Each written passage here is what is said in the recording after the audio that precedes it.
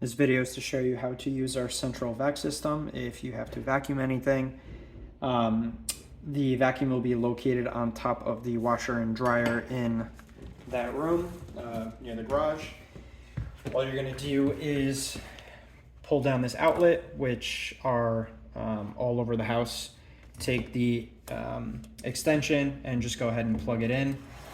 Once you plug it in, push it in a little bit, and the vacuum will automatically turn on. When you're done, you are just going to pull it off, close it, and put the vacuum back.